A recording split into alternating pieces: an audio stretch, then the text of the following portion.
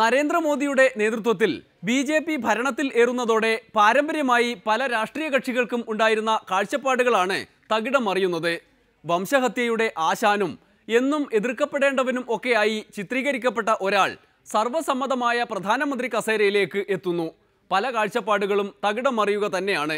ഇടതുപക്ഷവും കോൺഗ്രസും മോദിക്ക് വഴിയൊരുക്കുന്നതിൽ പ്രധാന പങ്കുവഹിച്ചു എന്നൊക്കെയാണ് പലരും നിരീക്ഷിക്കുന്നത്.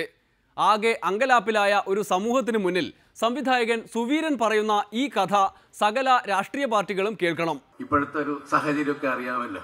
ഞങ്ങളിങ്ങനെ ചെറിയ ചെറിയ കാര്യങ്ങൾ, ചെറിയ ചെറിയ ആത്മവിമർശനങ്ങൾ, സാമൂഹ്യ രോദനങ്ങൾ എന്നൊക്കെ പറയാവുന്ന എന്തെല്ലോ പറഞ്ഞു പോകുന്ന ആളാണ്. ഈ ഒരു സാഹചര്യത്തിൽ എന്ത് പറയാൻ, ആകെ കലക്കം പറഞ്ഞിരിക്കുകയാണ്. ഇന്ത്യ രാജ്യത്ത് തന്നെ അതിഭയങ്കരമായ ഒരു കലക്കം മലർച്ചലിന്റെ സമയത്ത് നമ്മളെ പോലെയുള്ള ആൾക്കാർ ഇനി എന്ത് പറയാനാ എന്ന് ഞാൻ ചോദിക്കണ്ടായി.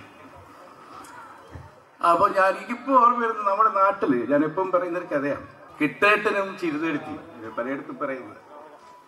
പ്രായമായിപ്പോയി. എൻ്റെ വീട്ടിൻ്റെ അടുത്തുള്ള താമസിക്കുന്ന ഒരു പ്രണയമൊക്കെ ആയിട്ട് കല്യാണം കഴിച്ച് ഒരുപാട് അന്നത്തെ വലിയ വിപ്ലവകരമായ ജീവിതമൊക്കെ നയിച്ച ആൾക്കാരാണ്.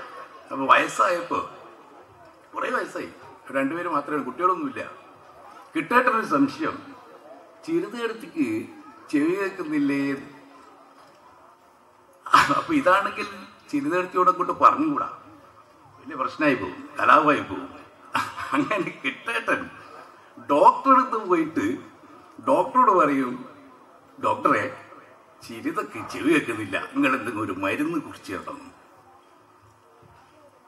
അന്നേരം പറയും, അല്ല കിട്ടാ, നീ രോഗിയെ കൂട്ടിയിട്ട് വാ, എന്നാലല്ലേ പരിശോധിക്കണ്ടേ, എന്നല്ല മരുന്ന് എൻ്റെ ഇവിടെ എഴുതാൻ പറ്റും. അത് നടക്കൂല ഡോക്ടറെ, നിങ്ങൾ എന്തായാലും ഒന്ന് തന്നേ മതിയാവും. എന്നാൽ നീ കുറച്ചുകൂടെ വിശദമായിട്ട് കാര്യങ്ങൾ പറ.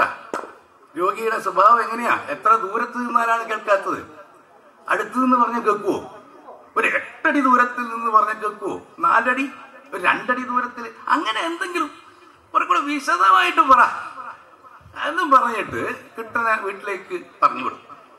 അങ്ങനെ ഉച്ചക്ക് വീട്ടിലെത്തിയപ്പം ചിരുത അവിടെ ഇരുന്ന് മീൻ മുറിക്കുക.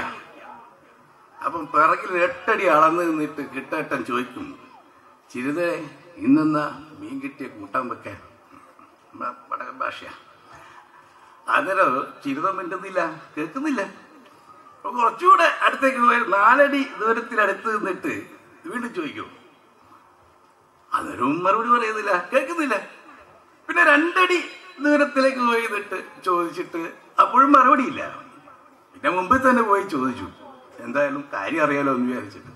അപ്പൊ ചിരുത പറയാ, അല്ല മനുഷ്യ, 3 തവണയായില്ലേ ഞാൻ നിങ്ങളോട് പറഞ്ഞുകൊണ്ടിരിക്കുന്നത് ഉച്ചക്ക് ചരുമീനാ കിട്ടിയേ, ചരുമീനാ കിട്ടിയേ, ചരുമീനാ കിട്ടിയേ, നിങ്ങൾക്ക് എന്താ മനുഷ്യ ചെളി കേൾക്കുന്നില്ലേ? പറഞ്ഞതുപോലെ ഒരു സ്പോട്ടില് ഒരു പ്രത്യേക സമയത്ത് ഇന്നലെ വരെ നമ്മൾ വിചാരിച്ചത് മുഴുവനൊക്കെ തെറ്റായി പോവാ, ഒരു പുതിയ